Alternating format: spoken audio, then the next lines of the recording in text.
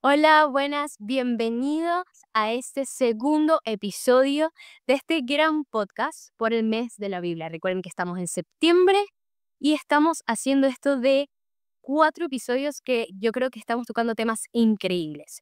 Si estás en este y no escuchaste el anterior, por favor, páralo y escucha primero el anterior y luego este porque hay temas increíbles donde tú puedes aprender muchísimo, así que no te pierdas esto. Bueno, me presento, mi nombre es María José Salas, me dicen Majo, soy evangelizadora digital de Enviados, que ahí nos pueden seguir por Instagram, @enviados con dos guión bajo. El día de hoy estamos con una persona muy especial porque hoy vamos a hablar sobre construir una comunidad fraterna. Y por eso nos acompaña Guillermo Calderón Núñez, profesor de la Facultad Eclesiástica de Teología e Instituto de Estudios Religiosos de la Pontificia Universidad Católica de Valparaíso, donde actualmente imparte cursos bíblicos y de patrología. También es doctor en teología desde Estados Unidos y entre 2005 y 2017 fue profesor de Biblia y griego en el Pontificio Seminario San Rafael de la Diócesis de Valparaíso. ¿Cómo está, profe? ¿Qué tal todo? ¿Cómo se siente? Hola, buenas tardes. Gracias por la presentación y un gusto estar acá para compartir estas reflexiones que nos inspira la misma Sagrada Escritura para este mes de la Biblia. Así es, totalmente. Yo creo que este tema es algo muy importante por lo que hoy vivimos en Chile, que es construir una comunidad fraterna. Últimamente siento que, bueno, han llegado muchos inmigrantes, yo soy inmigrante, y esto al principio pudo ser un poco difícil, ¿no? Tanto como para las personas de otros países, como para acá en Chile. Y se pueden como sentir de repente muchas tensiones, a la vez no, pero desde su experiencia, ¿qué significa realmente vivir la hospitalidad y la fraternidad más allá de solo tolerar? Como, ¿qué experiencia y qué significa para usted todo esto de vivir la fraternidad y la hospitalidad? Bueno, para comenzar, la misma Sagrada Escritura nos da muchos ejemplos de hospitalidad a lo largo del texto, tanto del Antiguo Testamento como del Nuevo.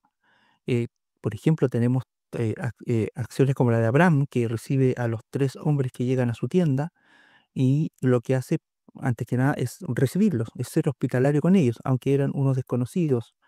Tenemos también la hospitalidad de la cual Jesús también es recibido hospitalariamente en Betania. Tenemos la hospitalidad de la suegra de Pedro, que una vez que se mejora se levanta a atender. Es decir, hay muchos ejemplos en la Biblia de hospitalidad. ¿Y qué significa esto? Significa simplemente no solamente tolerar, no solamente soportar al otro que llegó imprevistamente y que nos, en primer momento, como que nos desacomoda, ¿no? Eh, y claro, y la actitud cristiana es justamente acoger, recibir, eh, atender, abrir las puertas y principalmente conocer. Los prejuicios están en la base del desconocimiento, de la ignorancia.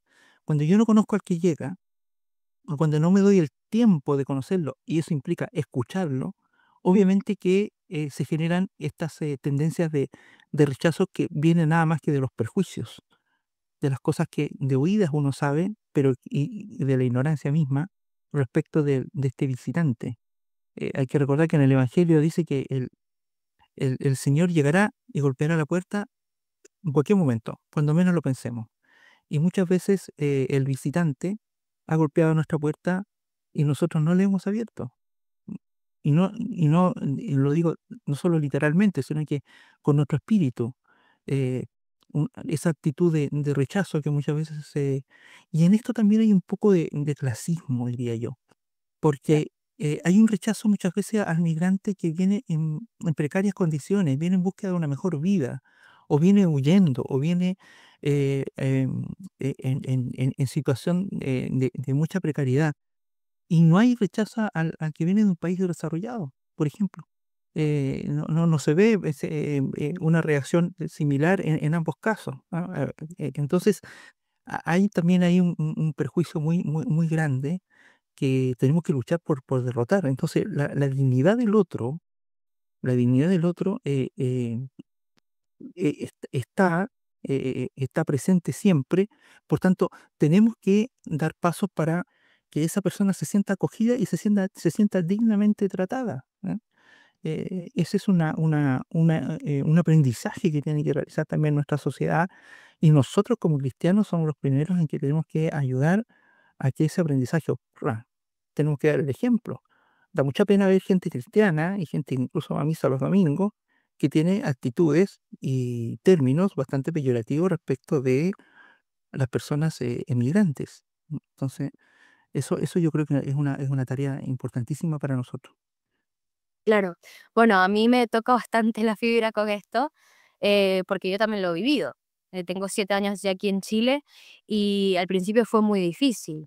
Y actualmente también en la iglesia lo he vivido bastante, pero también sé que hay otras personas, otros cristianos que son como Jesús y lo que hacen es acoger.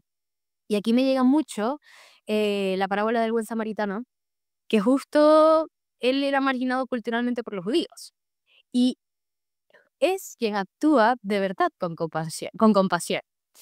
Y por eso quería preguntarle, hablando de como los gestos de encuentro y todo esto, ¿qué gestos concretos podemos hacer para construir espacios, estos espacios de encuentro, estos espacios de acogida? Bueno, nosotros tenemos distintas instancias, pero las instancias más comunes, en el caso nuestro, los católicos particularmente, son las instancias parroquiales. En nuestras parroquias, de hecho, existe ya a nivel de la conferencia episcopal, y en nuestra parroquia debería existir la llamada pastoral de los migrantes, la pastoral de la migración, en que no solamente atendemos o recibimos, sino que también escuchamos y aprendemos de ellos, generamos espacios de ayuda mutua, espacios culturales entre los cuales también conocemos la cultura de quienes llegan a visitarnos a nuestro país, y por otro lado también vamos generando una actitud, y como decía anteriormente, una actitud de acogida, vamos generando una cultura de acogida. Hay una canción muy antigua en Chile, no sé si alguna vez a ti te la comentaron, A ver. es de la década de los 40, y verás, y verás cómo reciben, y verás cómo reciben en Chile al amigo que es forastero, y verás cómo reciben en Chile al amigo que es forastero. Creo que lo he escuchado. Y esa canción es de la década de los 40, muy antigua, y, y efectivamente Chile era un país quizá más pobre, mucho más humilde, pero muy acogedor, muy acogedor. Yo creo que es una de las cosas que hemos perdido. Eh, de hecho, cuando llega el Winnipeg el año 39 con refugiados españoles, el barco que organizó Neruda allá en Francia para sacar refugiados españoles hacia Chile, esos refugiados españoles llegaron a Chile y Chile los recibió, y los recibió muy bien. Cuenta la anécdota que cuando llegaron en los buses, en la movilización colectiva, el chofer escuchaba un acento español y le decía: ¿usted llegó en el Winnipeg? Sí, le decía el pasajero. Ah, entonces usted entra gratis, no paga. Mm. Actitudes de ese estilo había, actitudes de ese estilo. Y además que hablo de este caso porque es un caso en que también podemos constatar el aporte cultural que la migración, en este caso española, aportó a Chile. Chile ganó mucho llegaron grandes pintores, llegaron intelectuales, llegaron arquitectos, llegaron historiadores, llegó gente que terminó dando cátedras en las universidades, gente destacadísima en la historia de Chile, de la segunda mitad del siglo XX. Entonces también tenemos que reconocer y tener la actitud de conocer y entender que la migración es un aporte a nuestra cultura, es Sí. un aporte importantísimo. Entonces, ¿qué gestos, me hablan de gestos concretos? Eso,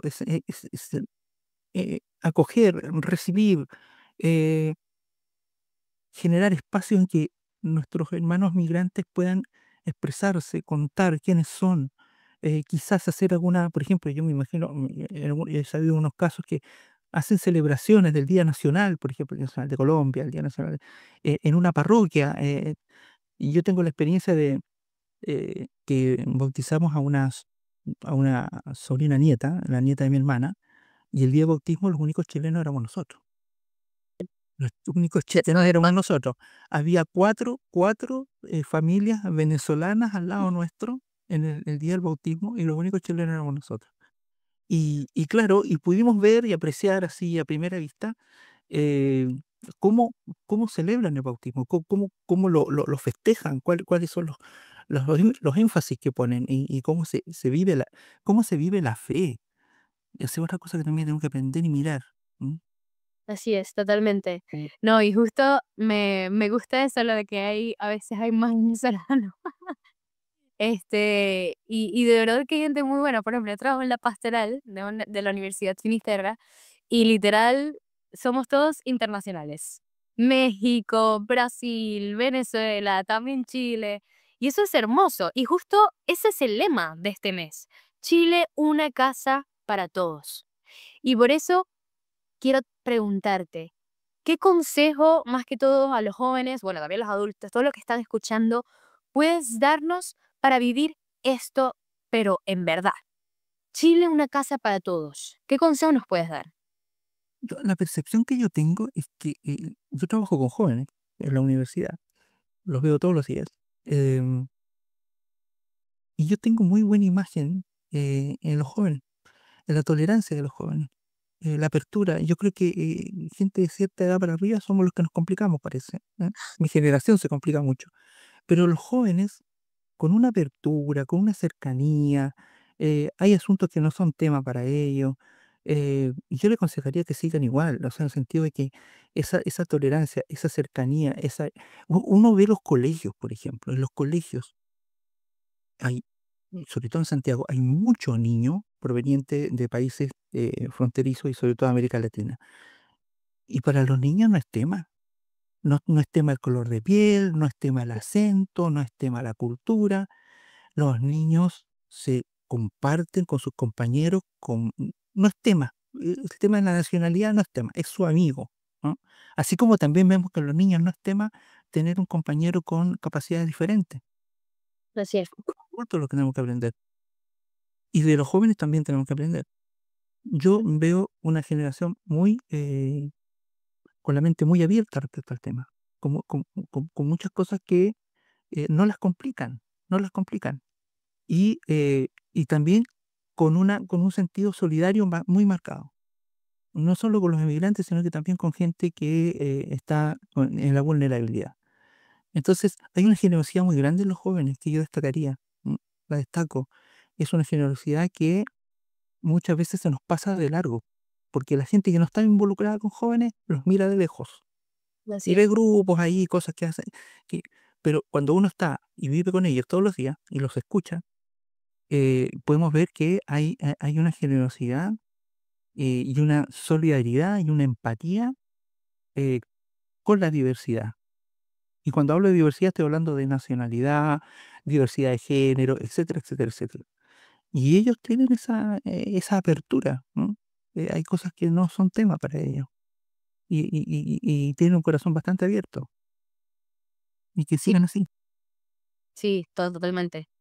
Bueno, en verdad, muchísimas gracias, profesora. De verdad que, bueno, este tema da para hablar muchísimo, porque de verdad que es increíble, pero por eso les dejamos invitadísimos a que sigan escuchando nuestros episodios, quedan 2 más. Así que no se pierdan y todo esto, todo el material lo van a conseguir en la página de la Conferencia Episcopal. Así que nada, muchas gracias, profesor, por acompañarnos el día de hoy. Y bueno, chaito, cerramos este gran episodio y nos quedamos con Chile, una casa para todos. Muchas Chao, gracias. chao. Nos vemos.